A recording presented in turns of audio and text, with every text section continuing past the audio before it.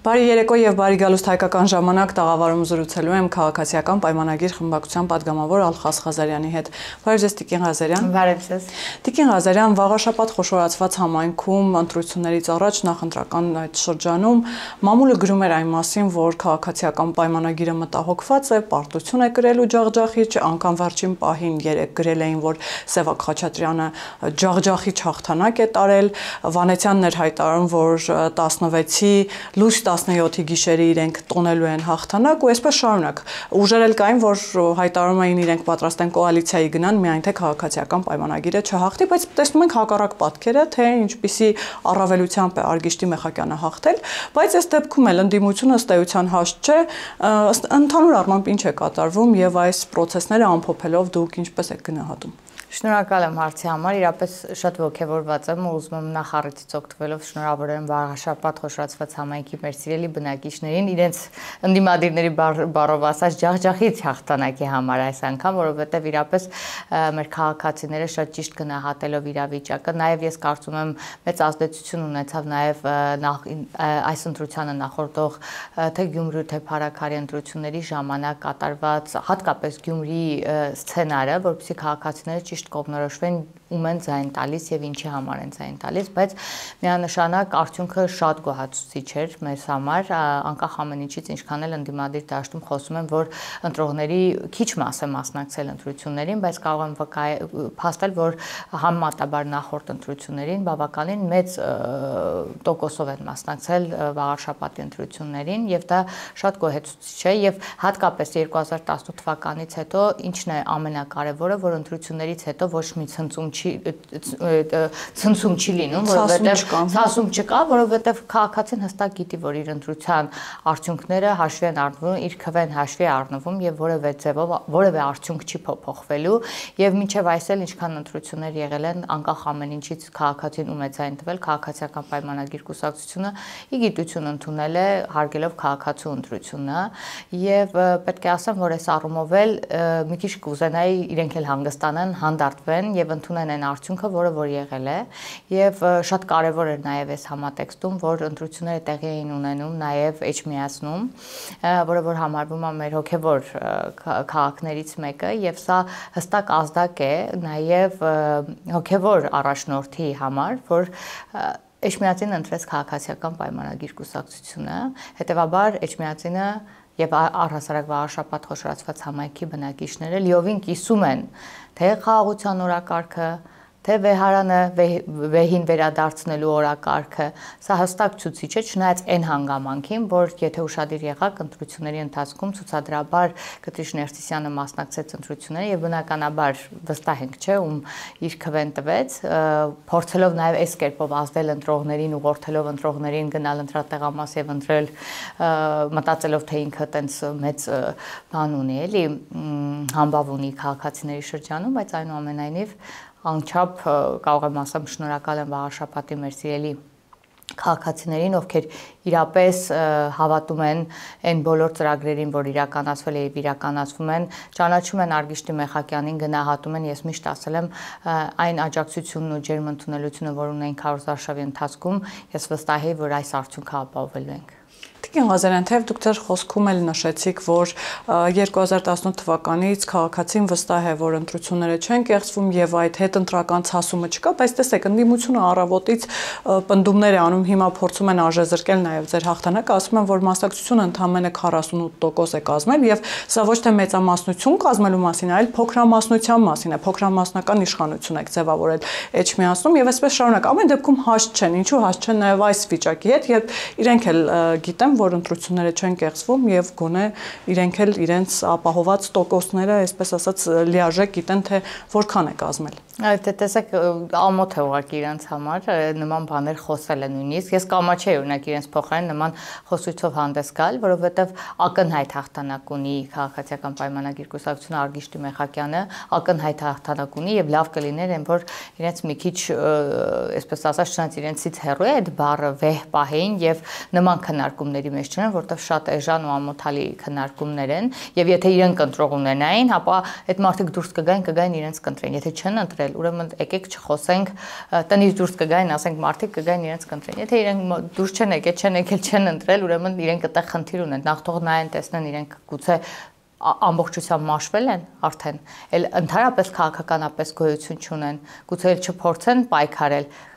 ու հիմա այս ժողովրդի վրա գցել, փոքրամասնության առաջնորդ կարգել եւ այլն, կարծում եմ շատ ամոթալի խոսակցություն է իրենց համար։ Տիկին Ղազարյան, մեկ այլ թեմա է նաեւ անվանարկումները, երբ փորձում են այսպես քաղաքացիական պայմանագիր ընտրած զանգվածին, այսպես ասած իրենց բառերով ասած, ինչ որ անվանարկումներ անել, վերջին օրերին եւ հատկապես երեկվանից չեմ էլ ցանկանա մեջ բերել, բայց կրկին սկսել են ընտրողներին ուժեղ անվանել եւ այսպես շարունակ։ Ինչի մասին են նաեւ այս խոսակցությունները եւ ելի եմ ասում, ինչու ընդդիմությունը հաստ չէ այս իրավիճակի հետ, երբ ընտրությունները արվեցին, արդյունքները պարզ են եւ պիտի գնալ եւ կազմել իշխանություն, ընդդիմություն եւ աշխատել։ Հիմա ինչ է կատարվում ըստ էության, երբ փորձում են ժողովրդին այսպես բաժանարար գծեր դնել, անվանարկել։ Շնորհակալ եմ, շատ ցավալի է, որ նման բաներ էլի նկատվում են, խոսույթ առհասարակ շրջանառվում է, որովհետև բազմիցս ենք ասել, մեր համար անընդունելի է, որ մեր ժողովրդին նման անուններով են կոչում ու ժողովուրդը հենց գուցե դրա համար նրանց երբևէ չի ընդունի։ Երբեք չպետք է թերագնահատես քո ժողովրդի իմաստությունը, փաստերը միշտ ապացուցել են հակառակը, որ ժողովուրդը միշտ էլ ճիշտ ընտրություն է կատարել ճիշտ պահին ու մեր բոլոր ճակատագրական պահերին ժողովուրդը իր կայուն խոսքը ասել է եւ 2018-ին էլ հոգնելով այդ վիճակից իր կայուն խոսքն ասեց ու այսօր ժողովրդի էլի եմ ասում, գուցե ամենացցուն օրինակը, որ կարող եմ բերել ու քանի որ ընտրություններից հետո ենք խոսում, այն որ ժողովուրդը այսօր ունի բացարձակ իշխանություն Հայաստանի Հանրապետությունում եւ ինքն է հստակ որոշում, թե ով պետք է լինի իր համայնքի ղեկավարը, իր պետության ղեկավարը, իր առաջնորդը եւ այլն, ու այստեղ որևէ մեկի մտքով նույնիսկ կասկած չի լինում, որ կարող են որևէ քվե փոխվել կամ որ, այսինքն մենք ժողովրդին լիիրավ տվել ենք իշխանություն, այսօր ժողովուրդը իր իշխանությունը լիարժեք իրացնում է։ Ու այս առումով նեղանալ ժողովրդից ու փորձել ժողովրդին անվանակել շատ եմ ցավում, բայց դա միայն իրենց է վնաս բերում։ Միգուցե ձեր հաջողության գաղտնիքն այն է, որ Տիկին Ղազարյան, ինչպես Հրայր Թովմասյանի քույրն է հայտարարել, նախկին նախագահները իրենց դեմքով չեն ներկայանում, այլ նա հորդորում է, որ 2026 թվականին համամասնական այդ ընտրություններին նախկին նախագահները, նախկին ղեկավարները իրենց դեմքով ներկայանան եւ այդ դեպքում հնարավոր կլինի ջախջախիչ հաղթանակ տանել Նիկոլ Փաշինյանի հանդեպ, ինչու ականջալուր չեն նախկին նախագահները Անժելա Թովմասյանին եւ առհասարակ ընդդիմության ամենատարբեր ներկայացուցիչները։ Ես չեմ պատկերացնում, առհասարակ չեմ ուզում խոսել այդ կնոջ մասին, որովհետև այդ կինը առհասարակ որևէ ձևով որևէ խոսք ասելու կամ ինչ որ կշիռ չունի որևէ դաշտում որևէ բան ասելու, իսկ նախկին նախագահներն այնքան են մաշվել, ես կարծում եմ մենք մի ինչ-որ կետից եւ այս կետից եւ գուցե իմ համար էլ ես ուզում եմ այսպես չանդրադառնամ, չվերաբերվեմ այլևս նախկին, որովհետեւ գոյություն չունեն էլ իրանք առհասարակ քաղաքական դաշտում ու մի բան էլ դեմքով հանդես գան եւ այլն, որպեսզի հերթական անգամ այդ խոսույթն էլ հանրության շրջանում վերանա, որ ինչ որտեղ կարող են նախկին նախագահները որևէ ազդեցություն ունենան, որ մենք շատ քվե ունենանք եւ այլն, նման խոսույթն էլ տարածվում։ Ես ուզում եմ ասեմ, որ կարելի է առհասարակ անտեսել իրենց ու առհասարակ չվերաբերվել։ Այս վերջին հարցազրույցներն էլ իրենց վկայություն, որ պետք է վերջնականապես այսպես թերթենք նրանց էջը ու անցնենք առաջ, որովհետեւ մենք հիմա կարևոր առաքելություն ունենք անելու, մենք այսօր խաղաղ երկրում ենք ապրում եւ պետք է հոգ տանենք մեր խաղաղության մասին, մենք պետք է հոգ տանենք մեր յուրաքանչյուր համայնքի մասին, յուրաքանչյուր փոքր գյուղից սկսած մինչեւ մեծ քաղաքներ եւ ժողովրդի հետ միասին մեր երկիրը կառուցենք արդեն խաղաղության պայմաններում եւ վերջնականապես փակենք այն մարդկանց էջը, ովքեր այսքան ժամանակ բացի վնասելուց մեր երկրի թե ինքնիշխանությանը, թե խաղաղությանը, թե պետականությանը այսքան ժամանակ գործոն են հանդիսացել։ Ես կարծում եմ այլևս գործոն չեն, հետեւաբար պետք է ուղղակի նրանց չվերաբերվել։ Բայց ամեն դեպքում վարչապետն էլ իր 2026 թվականի բյուջեի քննարկման հետավարտական ելույթի ժամանակ հայտարարեց, որ հաջորդ խորհրդարանում Ռոբերտ Քոչարյանը եւ Սերժ Սարգսյանը չեն լինելու, այսինքն ասած, եթե ուզում եք հանրությանը դիմելով, որ նրանց այլևս չանդրադառնանք, նրանք պիտի խորհրդարանում չհայտնվեն։ Ինչպես հասկանալ նաև այս հայտարարությունը, որևէ օրենսդրական կարգավորումներ են լինելու, որոնք բացառելու են նրանց այսպես ընտրությունների մասնակցելը, այսինքն ինչ մեխանիզմ էր, թե կրկին այսպես հանրությանն է կոչանում եւ հանրությանն է ուղղված այդ ազդակը, որ եթե չեք ուզում խորհրդարանում լինեն, պարզապես մի ընտրեք։ Ինչպես հասկանալ այս հայտարարությունը առհասարակ։ Դա որպես կոչ չի, դա այսպես ասած փաստելն է այն իրողություններին, որ այսօր տեղի ունենում։ Ինչ տեղի ունեցավ 3 վաղարշաբաթում հանրությունը կարծես մերժեց սակուլիկներին եւ մնացած մահակավորներին եւ մնացածին։ Այս նույն ճանապարհով լինելու է նաեւ խորհրդարանական ընտրությունները եւ ես վստահ եմ, որ սա խորհրդարանական ընտրություններից հետո շատ կարեւոր ցուցիչ էր, որը վկայում էր, որ այո, ժողովուրդը մերժել եւ մերժելու է սակուլիկներին, վարդանիկներին եւ մնացածներին, ովքեր կփորձեն գալ ու էլի քաղաքական դաշտը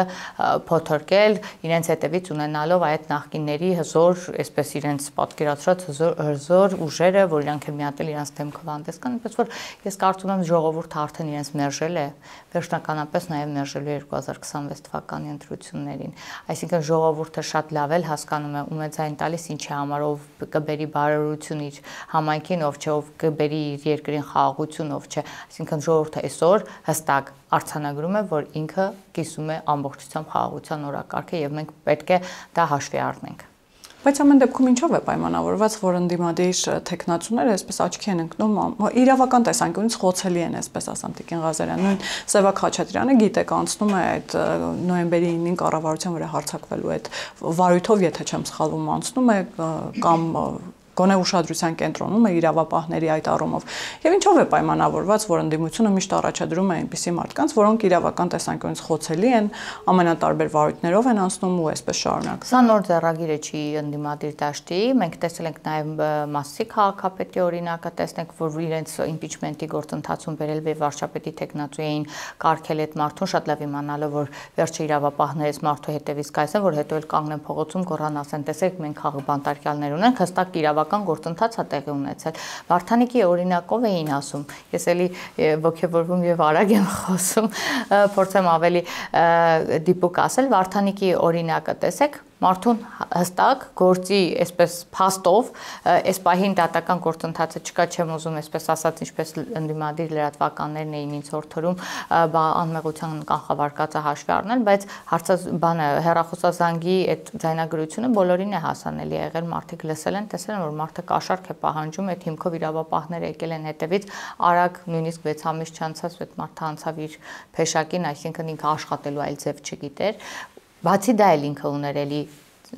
գործեր իր վրա եւ բարձր չէ որ իրավապահները մի օր գալիս են իր հիմա նոր ռազմավարություն չի, բայց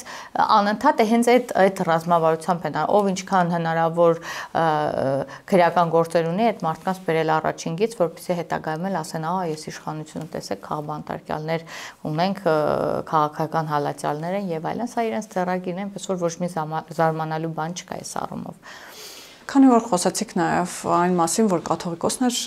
Էջմիածնում գնացել ընտրության, տեսեք, Գարեգին Բ ըստ էության հայտնվել էր նաև տեսախցիկների, լրագրողների ուշադրության կենտրոնում, բայց կարծես թե այն կարևոր հարցը, որը տևական ժամանակ ամիսներ է կախված է օդում, որևէ մեկը չմոտեցավ եւ այդ հարցը չուղեց Գարեգին Բ-ին, ինչ է կարծում, ինչով է պայմանավորված, որ կաթողիկոսին այդպես էլ այդ հարցը, այդ կարևոր հարցը տեղ չի հասցվում եւ այդ հարցի պատասխանն էլ այսքան ժամանակ այդ լռությունը նաև ինչի մասին է։ Տեսեք, երեք ընդհանուր ընտրությունների լուսաբանող լրագրողները հիմնականում բաներ էին, այդ ընդդիմադիր դաշտի լրագրողներ էին եւ հետեւաբար իրենց գուցե ձեռնտու չէր որևէ նման հարց նորից բարձրացնել եւ խոսույց սարքել, որովհետեւ ես կարծում եմ հատուկ էր տեսախցիկներում հայտնվել Կտրիշ Ներսիսյանը հենց առավոտ շուտ, այսպես առավոտ կանող, կարծեմ մեր տեխնատուից նույնիսկ շուտ էր հայտնվել ընտրատարածքում ընտրելու եւ ցույց տալու, որ տեսեք ես քայլ եմ անում, դուք էլ հետեւեք ինձ եւ բնականաբար ընդդիմադիր դաշտը լցվեց իր լուսանկարները, որպեսզի կարողանա ինչ որտեղ գործողությունների արդյունքների վրա ազդել, դա իմ սուբյեկտիվ կարծիքն է, եւ բնականաբար նրանք որևէ անհարմար հարց չէին ուղղի Կտրիշ Ներսիսյանին, մենք բազմիցս համոզվել ենք, որ թե նախկինների դեպքում բերում են հարմար լրագրողների, որոնք կտան հարմար հարցեր, որոնց պատասխանները նրանք ունեն, ու վերջերս էլ անընդհատ խոսույթ է տարածվում, թե լրագրողների հանդեպ ինչ որ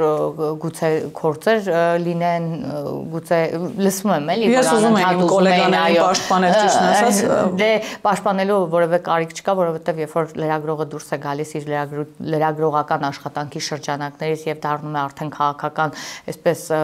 աշխուժակ, այսպես ասեմ, սկսում է քաղաքական ինչ-որ գործունեություն ծավալել, բազմիցս տեսնում ենք, որ լրագրողը էլ ավելի հարց տվողից, ով որ ընդդիմադիր քաղաքական գործիչ է, ավելի ուժեղ ընդդիմադիր է դառնում, նույնիսկ իր հարցով, պատասխանով եւ այլնով ամբողջությամբ իր հարցին ու պատասխանին, այսինքն դուրս են գալիս իրենց լրագրության շրջանակից, հետեւաբար բնականաբար արժանանում են նաեւ մեր քաղաքական գնահատականին, ինչի առումով մի տեսակ էլ կարծես հիմա էլ իրանք են ուզում ցենց պաշտպանվեն, այսպես ինչ որ քողի տակ մտնեն, ասեն, տեսեք, բանա մեր գուցե մեզ էլ հերթացնի կամ մենք էլ տենց բան անենք։ Բայց ինչի մասին են այդ խոսակցությունները, որ ամենատարբեր ցանկերի մասին են խոսում, որ անուններ կան լրագրողների, որոնց դա իրենք են զարգացրել, ես ասեմ, նույն այս քաղաքաբանտարկյալների օրինակով հիմա էլ փորձում են համ քաղաքական գործունեություն ծավալեն, համ էլ բան չանեն, էլի լրագրության հետ այս ապատեղեկատվական այս հիբրիդային պատերազմի ընթացքում ինչ որ դիրքավորում են ուզում ունենալ, որ ապատեղեկատվություն տարածեն, ինչպես դուք ձեր խոսքի սկզբում նշեցիք, շատերն էլ էին ասում, ահա ջախջախից հաղթանակ է տանում Սևակ Խաչատրյանը, չգիտեմ, այս մեկը, չգիտեմ, այն մեկը, երբ որ ասենք իրյալ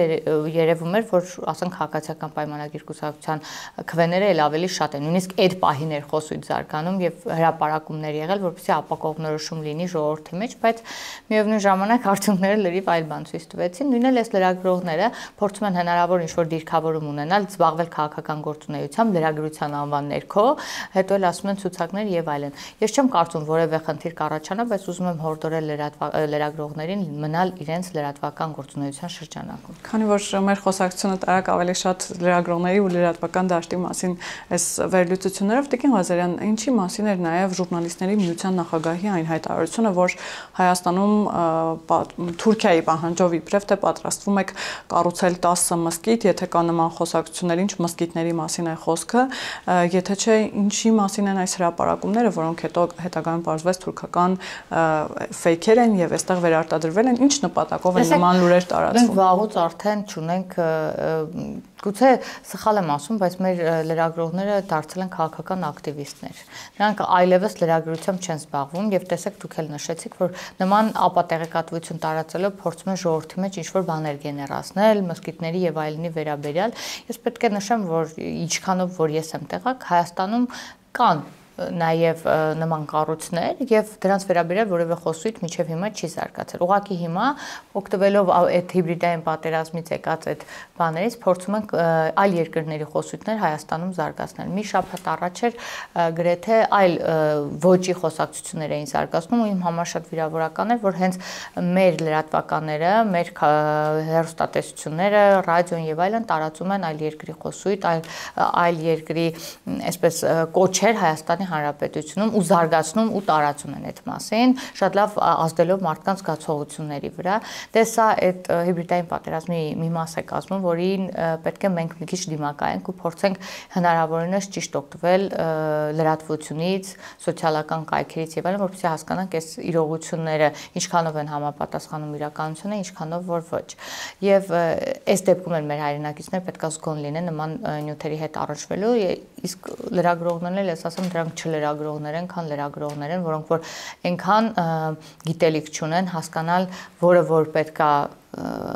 բերվի դաշտ, որը չէ, կամ ինչի մասին կարելի է խոսել, ինչի մասին չէ, կամ ինչն է իրականությանը գոնե մոտիկ, ինչը չէ եւ այլն։ Իսկ հիբրիդային պատերազմի հետ դրամաբանության մեջ Տիկին Ղազարյան, ձեզ համար մտահոգիչ չէ, որ ձեր իշխող ուժի նկատի ունեմ անունը հաճախ կապվում է այսպես Թուրքիայի, Ադրբեջանի հետ, թեզեր են բերում, որ ասում են, այ Ադրբեջանի պահանջով է, Թուրքիայի պահանջով է, հիմա այդ մզկիթները, այսինքն սա հստակ նպատակ ու միտում ունի։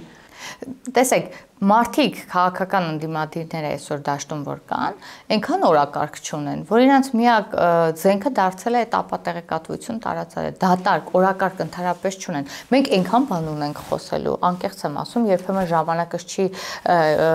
բավարարում ամբիոնից ներկայացնեմ, օրինակ անդադ գայթակղությունը կա, թեկուզ համայնք առ համայնք ներկայացնել, ինչ աշխատանք է տարվում, ինչ պետք է տարվի, վերջում անդադ ուզում եմ, երբ որ հղում լինում է, որ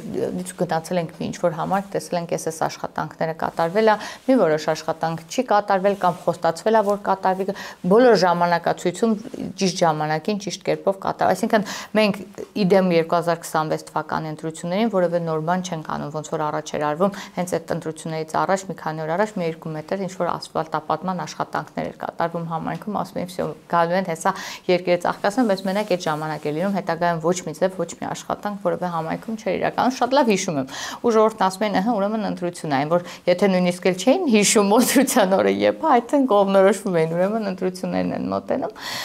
Այնուամենայնիվ այս մարդիկ իրականում մեղք են, որովհետև մաշվել, վերացել, ոչնչացել են, իրանց մնում է մենակ այդ սուտ ապատեղեկատվություն տարածելով, սուտ խոսելով եւ այլն, եւ այս խաղաղության օրակարգը տորպեդահարելով փորձել ինչ-որ քաղաքական դիվիդենդ շահել, ինչը իրականում տեսնում եք ինչպես մի վայրկյան հետո կոտրվում է։ Այս կարող եմ ասել իրականում օրակարգ չունենալու արդյունքում է այս ամեն ինչը տարածվում այսօր Հայաստանում, որովհետև այլ բանից չեն կարողանում խոսալ, որովհետև իրենք ոչ որևէ ձևով Հայաստանի Հանրապետության քաղաքացուն որպես որպես բացարձակ արժեք երբևէ ընդունել են, որպես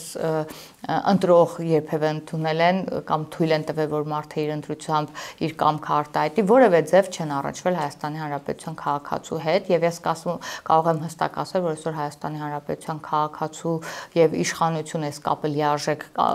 կայացած է եւ մենք անընդհատ երկխոսություն ունեցող մեր քաղաքացիների հետ, մեր քաղաքացիները գիտեն ցանկացած հարցի դեպքում որ ուժին են դիմում, ցանկացած խնդրի դեպքում որ ուժի մոտ են խոսում, հստակ իմանալով, որ իրենց ցանկացած խնդիր հասցեագրվում եւ լուծում է ստանում։ Սա է այն ուժը ու հզորությունը, որ մենք այսօր ունենք մեր քաղաքացիների շրջանում, ինչքան էլ փորձեն այդ կապը խզող խոսույթներ զարգացնել։ Տիկին Ղազարյան, եթե հաղում անեմ ձեր խոսքերին, ասում եք ընդդիմությունը օրակարգ չունի եւ փորձում է այդ օրակարգ չունենալը լրացնել ապատեղեկատվություններ տարածելով։ Սա վտանգավոր չէ ու առաջին հերթին ոչ թե նկատի ունեմ ձեր քաղաքական ուժին, այլ պետության բնականon աճի ու զարգացման համար, երբ չկա առողջ ընդդիմություն, չկա ընդդիմախոսություն։ Սա մտահոգելու տեղիք տալիս է ձեզ եւ ինչու այդ դաշտը այդպես էլ որի մասին տևական ժամանակ է խոսում, այդ առողջ քննադատությունը չկա, ձեր ուժի հանդեպ էս ընդդիմությունը չկա իրապես որը կքննադատեր ամենատարբեր օրինագծեր, ամենատարբեր նախագծեր եւ այսպես շարունակ։ Հիմա ձեզ չի մտահոգում այդ հարցը, թե ինչու օրինակ ընդդիմությունը, ինչպես դուք ասացիք, օրակարգ չունի եւ միայն ապատեղեկատվություն տարածելով է զբաղված։ Ճիշտ եք ասում, մենք դեռ 21 թվականից երբ որ տեսանք իրենք ինչ օրակարգով են, օրինակ խոսեմ խորհրդարանական ընդդիմության մասին, ինչ օրակարգով են եկել, որ ընդհանրապես ոչ մեկ չէր ուզում աշխատել, մենք քանի անգամ ենք ասել եկեք ձեր օրենք բան իրավունքներից օգտվեք, աշխատեք, թեկուզ գործուղումների գնացեք, գոնե այնտեղ աշխատեք եւ այլն, որևէ կերպ որևէ բանից չօգտվեցին, չաշխատեցին, ժողովրդի համար get 1 օգուտ բերող որևէ նախագծով հանդես չեկան, ասեմ ավելին, այն ամենակարևոր նախագծերն էլ, որոնք որ բերվում են, եթե բերվում են իշխանական падգամավորների կողմից, օրինակ վերջերս Ռուբեն Ռուբինյանի եւ Գեգամ Նազարյանի կողմից նախագիծ էր բերվել ազգային ժողով եւ նույնիսկ հանձնաժողովի նիստի ժամանակ ասացի, այս այն նախագծերից է, որ ոչ մի կերպ չես կարող այս նախագծին որևէ բան ասել, ստիպած, բայց որ ասել են երևի թե որոշել են այսպես խմբակցությունով ասել են վերջ մենք այս նախագիծը չենք ընդունում, բանը բոլոր ժամանակներում հայրենիքի համար զոհվածների հիշատակի օրեր հունվարի 27-ը ցանկանում ենք սահմանել, այսինքն հեղինակներն են սահմանում, այն որ ամեն հնարավոր ճանապարհով փորձեցին օրի հետ համաձայն չեն, սա այնպես չէ, նա այնպես չէ, եղանակը լավը չի, այդ օրը ձմեռ է, չգիտեմ ինչը, որպեսզի հնարավոր, այսինքն չեն առողջ մտածելակերպ չկա, բովանդակային մտածելակերպ չկա, օրակարգ չկա, այնքան որ եկել ենք, որ ձեզ հեռացնենք, որ ինչ անեք ժողովուրդ ջան։ որ ինչ անեք, որ Հայաստանը պետականությունից է զրկեք, անկախությունից է զրկեք, հետով չի հասկանում, ոչ բոլորն են հասկանում այդ մասին, էլի։ Այսօր ձեր արած քայլերի, ձեր անցած ճանապարհից հստակ երևում է դուք որ կողմից եք ուղղորդվում, ինչ եք ցանկանում ու ուր եք գնում։ Այս ճանապարհով անցնելով, այս օրակարգն ունենալով ոնց կարող եք Հայաստանի Հանրապետությունում ունենալ ճակատագիր այսքան դժվարություններ անցած ժողովրդի համար։ Խոսացիք ուղղորդումներից, Տիկին Ղազարյան, տեսեք, մենք վաղաշաբաթի ընտրությունները հաշվի առնելով կարող ենք եզրահանգել, որ ամեն դեպքում այս ընտրությունները եւ արդյունքները ցուցիչ կարող են լինել թե ընդդիմության, թե ինչու՞ չէ նաեւ Ռուսաստանի Դաշնության համար, որ այստեղ օրինակ նույն երրորդ ուժի, երրորդ պետության դաբրոյով որևէ մեկը, ճակերտավոր ասած դաբրոյով, որևէ մեկը այլևս չի կարող ընտրվել, վերընտրվել, որովհետեւ կհիշեք Գյումրիում էլ ինչքան շատ էր այդ խոսույթը, երբ Վարդան Ղուկասյանը պարբերաբար հղում էր անում այնտեղ տեղակայված ռազմաբազային Ռուսաստանին եւ այսպես միութենական պետության գովքներ անում պարբերաբար ու այսպես շարունակ։ Հիմա վաղաշաբաթի ընտրությունները եւ այդ արդյունքները արդյոք ցուցիչ են թե Ռուսաստանի Դաշնության, թե ընդդիմադիրների համար։ Միանշանակ ցուցիչ են, կարճ ասեմ, միանշանակ ցուցիչ են, որ միևնույն է Հայաստանի Հանրապետության քաղաքացին լիովին գնահատում է իրավիճակը, ինչքան էլ փորձեն անվանարկեն, մեր սիրելի քաղաքացիներին ինչ անունով ուզում է դիմեն, միևնույն է մեր քաղաքացիները շատ լավ գիտեն իրենց ապագան ինչպես են կառուցելու։ Եվ Խաչիկ գյուղում տեղի ունեցած նաև պատարագին անդրադառնանք, եթե չեմ սխալվում, դուք էլ եք այնտեղ, որին մասնակցում էր նաև վարչապետը եւ թեմի առաջնորդը պատարագը մատուցեց, պատարագը սկսեց։ Սա ինչի մասին է նաև խոսում եւ վկայում, որ օղակը ամեն դեպքում կաթողիկոսի շուրջ սեղմվում է գործընթացը, այսինքն շատերը ասում էին, որ գործընթացը տապալվել է եւ վարչապետը եւ ձեր ուժն էլ է հասկանում, որ այլևս անհնար է այդ օրակարգը շարունակելու այսպես շարունակ։ Հիմա մենք տեսնում ենք հակառակը, երբ վարչապետը ամեն շաբաթյա մակարդակով գտնվում է որևէ մի համայնքում, մարզում, մասնակցում է պատարակների ու մենք տեսնում ենք, որ ամեն դեպքում օղակը կարծես թե սեղմվում է։ Դուք ինչպես եք մեկնաբանում, քանի որ նաև մասնակցել եք եւ ինչ եք կարծում, գործընթացը ամեն դեպքում ոչ մի տեղ չտանող գործընթացը, թե ամեն դեպքում դա կարող է դառնալ այն օրակարգը եւ բերել այն արդյունքին, որի մասին խոսում եք եւ որի մասին անձամբ վարչապետն է հայտարարել։ Ճիշտ նկատեցիք, թեմի առաջնորդը եւս մասնակցեց պատարագին եւ ես միշտ եմ ասել, մենք մի պահ վերանանք այն բանից, որ իրենք հոգեվոր կառույցի ներկայացուցիչներ են, առաջին հերթին Հայաստանի Հանրապետության քաղաքացիներ են, ովքեր ուզում են ապրել ազատ անկախ Հայաստանում, ուզում են ունենալ իրենց ազատ խոսքի հնարավորությունը, ազատ շարժվելու, ազատ իրենց միտքն արտահայտելու, իրենց որոշումներին տեր կանգնելու։ Այս մարդիկ տարիներ շարունակ, ինչպես հասկացանք, ստիպողաբար մասնակցել են հանրահավաքներին, ստիպել են այս անել, այն անել, այլապես իրենց սպասվել է կարգալուց անել, ինչպես տեսնում ենք, մեկը մյուսի հետևից իրականացնում են մայրաթոռում։ Չեն հասցնում էլ արդեն իրար հետևից, դրա համար որոշները դեռ կարգալուց արված չեն, ում մենք արդեն այցելել ենք, ովքեր համաձայնել են մեզ պատարագ մատուցել մեր քաղաքական առաջնորդի ներկայությամբ եւ մեր ներկայությամբ, ինչը շատ ողջունելի է։ Սա Հայաստանի Հանրապետությունը, որտեղ ամեն մարդ պետք է լինի ազատ իր խղճի ու կամքի հղում անելով եւ գնա ընտրի ընտրությունների մասնակցի այնպես ինչպես ուզում է, հավաքների անկախ ամեն ինչից ինչպիսի ծառայություն է նա Հայաստանի Հանրապետությունում իրականացնում։ Մենք այն ժամանակներից ենք եկել, երբ որ զինվորականներին էլ էին ստիպում ընտրություն կատարել իրենց կամքին հակառակ, ժողովրդին էլ էին ստիպում ընտրություն, չնայած նաեւ կեղծվում էին ընտրությունները, բայց այդ ստիպելու գործունեությունը միշտ ենք տեսել ու նկատել ժամանակի ընթացքում ու ցավ ենք ապրել։ Այսօր հոգևոր ներկայացուցիչները Հայաստանի Հանրապետությունում դեռ այդ խնդրից չեն ազատվել եւ բնականաբար այդ մարդիկ էլ են ազատություն ուզում։ Եվ ես կարծում եմ հիմնական գործոնը հենց սա է, որ այս մարդիկ էլ են ուզում ինչ որ մի պահ ազատվել այդ կապանքներից, դրա համար էլ այս գործընթացը գնալով եւ լավելի մեծ թափ է ստանում, կարելի է ասել, որովհետեւ տեսակ տարբեր համայնքներ ենք այցելում ու ես կարծում եմ այդ այցելությունները շարունակական կլինեն, դա իմ սուբյեկտիվ կարծիքն է, մինչև վերջում կհասնենք կուլմինացիային, այսպես ասած, այս գործընթացի։ Հույս կապել գործընթացը կհասնենք, այո, մենք նպատակ ունենք Վեհարանը վերադարձնել վեհին եւ մենք գնալու ենք ինչքան էլ դժվար լինի, ինչքան էլ process-ը երկար տևի, մենք այդ մտքից երբեք չենք հրաժարվելու։ Այսինքն ձեր խոսքից ճիշտ հասկացա, որ ասում եք եկեղեցու ներսում ճակերտավոր ասած բռնապետություն է տիրում, այդ ազատությունները չկան։ Այո, մենք դրա վառապացույցները տեսել ենք։ Մենք նախորդ հարցազրույցի ժամանակ դեռ նոր էր թարմ էր այդ ինֆորմացիան, երբ որ Նաթանը խոսում էր Տեր աղան, եթե չեմ փոխ, հեռախոսազրույց էր եւ դա վստահաբար արվել էր մի ժամանակ, երբ որ իրենց մեջ խոսակցություն են ունեցել եւ տեսակ, որ մարդուն ստիպել էին գնալ հանրահավաքի։ Նույնի մասին վկայեց նաեւ Տեր Արամը իր հարցազրույցի ժամանակ, որ իրենց ստիպել են հանրահավաքների մասնակցել եւ բնականաբար նաեւ ում ընտրել եւ ինչպես ընտրել։ Այս դա մենակ ընտրական process-ին վերաբերող մասերն են։ Վստահ եմ նաեւ այլ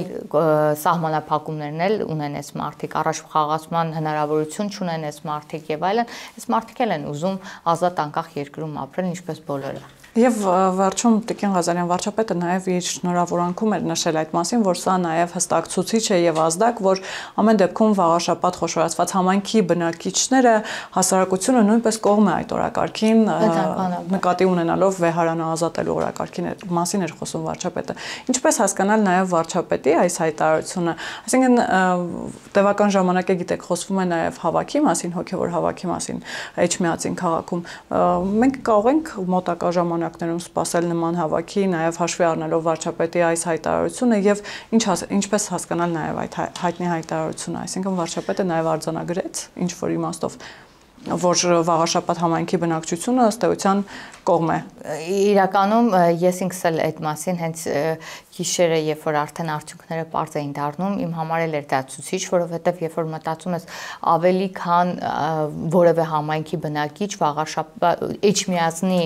մեր քաղաքացիները ամենալավն են ճանաչում եւ ինֆորմացիա ունեն, տեղեկատվություն ունեն Կտրիշ Ներսիսյանի եւ նրա հետևորդների, այսպես ասած, իր այդ խմբակի գործունեության մասին, բնականաբար իրենք այս առումով էլ ցույց տվեցին, որ միանշանակ կիսում են մեր հետ այդ օրակարգը, ինչը շատ կարևոր էր մեր համար, կարելի է ասել այս հարցում մոտավորապես մի մեծ տոկոս հաղթանակել ենք ու արդեն ոնց որ այս հարցն է մեր համար ցուցիչ, այս հաղթանակն էր մեր համար ցուցիչ, որպեսզի այս հարցում էլ հասկանանք, որ մեր քաղաքացիները մեր օրակարգը կիսում են ու շատ կարևոր էր, որ հենց վաղաշաբաթ խոշորացած համայնքում եղավ նման արդյունք, բնական է սա մեզ էլ ավելի մեծ ուժ է տալիս այս ճանապարհով առաջ գնալու։ Իսկ այդ հոգևոր հավաքի մասով որևէ հոգևոր հավաքի մասին դեռևս որևէ ինֆորմացիա չկա, բայց գիտեք, դա չպետք է լինի ուղղակի հավաք, որովհետև դա քաղաքական գործունեություն, հանրահավաքի մասին չենք խոսում, մենք խոսում ենք նրա մասին, որ մենք պետք է դա հոգեպես էլ մեր հայրենակիցներն են եւ մենք պատրաստ լինենք այդ հավաքը իրականացնել, որովհետև դա ինչ որ մի պահի հասունացած process պետք է լինի։ Շնորհակալ եմ Տիկին Ղազարյան։ Շնորհակալ։ Հիշեցնեմ, որ տաղավարում զրուցում էի քաղաքացիական պայմանագիր խմբակցության պատգամավոր Ալխաս Ղազարյանի հետ, կհանդիպենք։